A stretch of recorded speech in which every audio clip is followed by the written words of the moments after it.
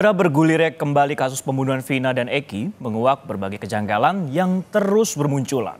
Kasus yang telah 8 tahun ini tenggelam kembali mencuat dengan setumpuk kontroversi.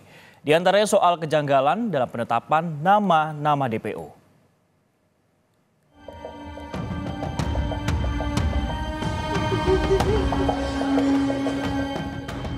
Sampai di Polresta, saya langsung dipukulin, suruh mengakui apa yang bukan saya lakukan. Kejanggalan dalam penyelidikan kasus kematian Vina dan Eki mulai terkuak satu persatu. Salah satu kejanggalan yang baru-baru ini mencuat adalah pengakuan dari salah satu terpidana bernama Rivaldi Aditya Wardana alias Ucil. Kuasa hukum Rivaldi, Cindy Sembiring, menyebut pada tahun 2016 kasus kematian Vina dan Eki awalnya melibatkan 4 DPO, yakni Peggy alias Perong, Andika, Andi, dan Dani. Namun menurut Cindy, salah satu DPO atas nama Andika tiba-tiba diganti oleh Rivaldi yang kemudian ditangkap sampai hari ini. Yang menyebut Rivaldi sebagai Andika adalah ayah dari Eki, yakni Ibtu Rudiana yang saat itu turun langsung menangani kasus pembunuhan anaknya. Dalam penjelasan BAP-nya Pak Rudiana itu ada 4 DPO. Pertama ada Andika, Andi, Dani, dan Peggy yang saat ini sudah tertangkap. Ya. Nah itu semuanya tinggalnya. Yang itu ya kita nggak tahu ya. Ya kita nggak tahu sama sekali seperti apa wajahnya, bentuknya seperti apa kami tidak tahu. Tapi di dalam BAP-nya Pak Rudiana tertulis mereka itu semuanya tinggal di Banjarwangunan, ya, bukan yang saat ini Peggy itu yang tertangkap di Desa Talun. Nah, kenapa DPO saat ini itu menjadinya 3? Karena dianggap Rivaldi itu yang menjadi Andika. Nah, seperti itu. Padahal Rivaldi itu bukan nama Andika. Rivaldi itu Aditya Wardana alias Ucil, dipanggil sama teman-teman sekitarnya. Ya, Andika itu tidak ada sama sekali. Dan ditangkap sebelum tanggal 31 Agustus. Rivaldi sudah ditangkap tapi dengan kasus yang berbeda.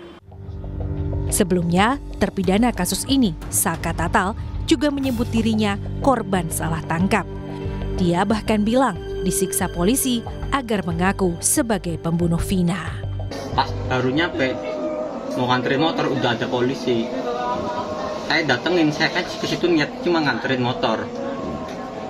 Malah saya ikut ditangkap juga tanpa sebab apapun. Nggak ada penjelasan apapun, langsung dibawa. Nyampe di Polresta, saya langsung dipukulin, suruh mengakui apa yang bukan saya lakukan. Saya dipukulin, dijejekin, disiksa segala macam sampai disetrum. Terus akhirnya Mas Saka ngaku? Siapa yang ngetrumnya, yang mukulinnya siapa? Yang mukulin, yang ngetrum itu anggota polisi semua. Tapi kita nggak tahu namanya. Namanya saya nggak tahu. Terus akhirnya ngaku Mas Saka? Akhirnya aku juga. Kenapa ngaku? Apa nggak kuat? Apa gimana? Akhirnya ngaku juga itu karena terpaksa. Karena terpaksa udah nggak kuat gitu. Udah nggak kuat lagi. Terkait ini, Komnas HAM menyatakan pernah mendapat laporan dari kuasa hukum Saka pada 2016 lalu. Komnas HAM juga telah meminta penjelasan dari Polda Jabar pada Januari 2017, namun tidak menerima balasan dari Polda Jabar.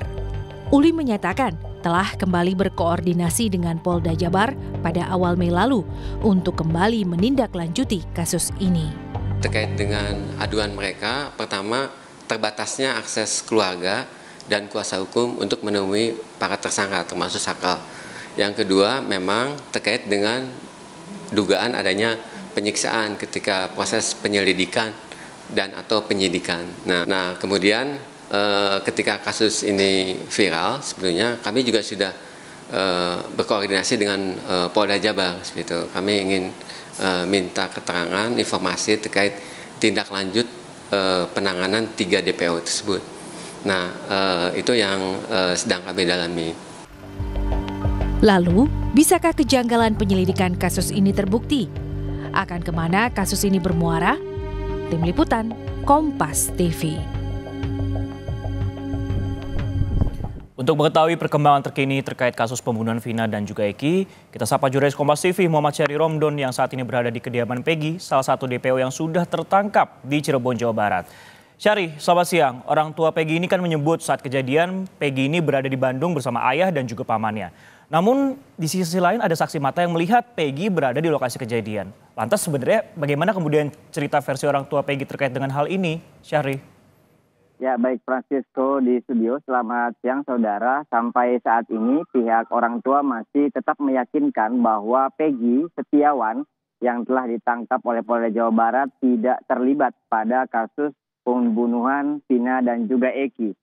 Ibu Peggy, Kartini, menyampaikan kepada kami bahwa pada saat itu dia atau Peggy sudah berangkat ke Bandung 3 bulan sebelum bulan Agustus, yakni sekitar bulan April atau bulan Mei. Pada kurun waktu 2 bulan itu mereka sudah berangkat ke Bandung bersama bapaknya dan juga pamannya untuk bekerja sebagai buruh bangunan. Dan tepat di malam kejadian tanggal 27 Agustus 2016, pada malam hari itu Peggy bersama paman dan juga bapaknya yang berada di Bandung. Sehingga akhirnya orang tua Peggy, utamanya ibunya Kartini, memastikan dan meyakinkan bahwa Peggy tidak terlibat akan kejadian tragis yang menimpa Vina dan juga Eki. Sisko. Baik, Syahri. Peggy kan kemudian sudah ditetapkan sebagai tersangka oleh pihak kepolisian. Bagaimana kemudian respon keluarga dan juga tetangga terkait dengan hal ini, Peggy? Syahri. Ya, untuk proses yang dilakukan oleh pihak keluarga terus berkoordinasi dengan kuasa hukum untuk melakukan tahapan-tahapan berikutnya sambil menunggu perkembangan yang akan disampaikan oleh Polda Jawa Barat. Sampai tadi malam kami masih mendengar Ibu Yanti dan juga Mas Adnan dan beberapa kuasa hukumnya akan terus menyiapkan beberapa dokumen-dokumen termasuk saksi-saksi yang menguatkan bahwa Peggy pada saat itu tidak berada di lokasi dan berada di Bandung. Terkait bagaimana kesaksian dari warga sekitar, memang pada tahun 2016 lalu kasus ini sempat ramai di Blok Simaja, Desa Kepompongan, Kecamatan Talun. Warga bahkan sempat menyaksikan, tidak sekedar mengetahui tapi menyaksikan ada upaya penggeledahan yang dilakukan Polres Cirebon Kota pada saat itu terhadap rumah Peggy yang tepat berada di belakang rumah saya ini, Sisko. Mereka melakukan penggeledahan dan juga mengamankan 2 buah sepeda motor yang menurut kepolisian pada saat itu diduga menjadi salah satu alat atau barang yang digunakan Peggy, tersangka yang kemarin ditangkap di Polda Jawa Barat, untuk terlibat dalam kejadian dan tragis yang menimpa Vina dan juga Eki. Sampai saat ini kami masih terus mengikuti perkembangan yang terkini untuk penanganan. Kami juga berupaya untuk mengonfirmasi kepada kepolisian Polres Cirebon Kota bagaimana proses pengejaran terhadap 2 orang DPO dan juga bagaimana perkembangan berikutnya pemeriksaan terhadap Peggy dan juga 7 orang terpidana yang informasinya sejak Senin lalu sudah dibawa oleh Polda Jawa Barat dari Lapas Kesambi Kota Cirebon ke 3 lapas di Bandung.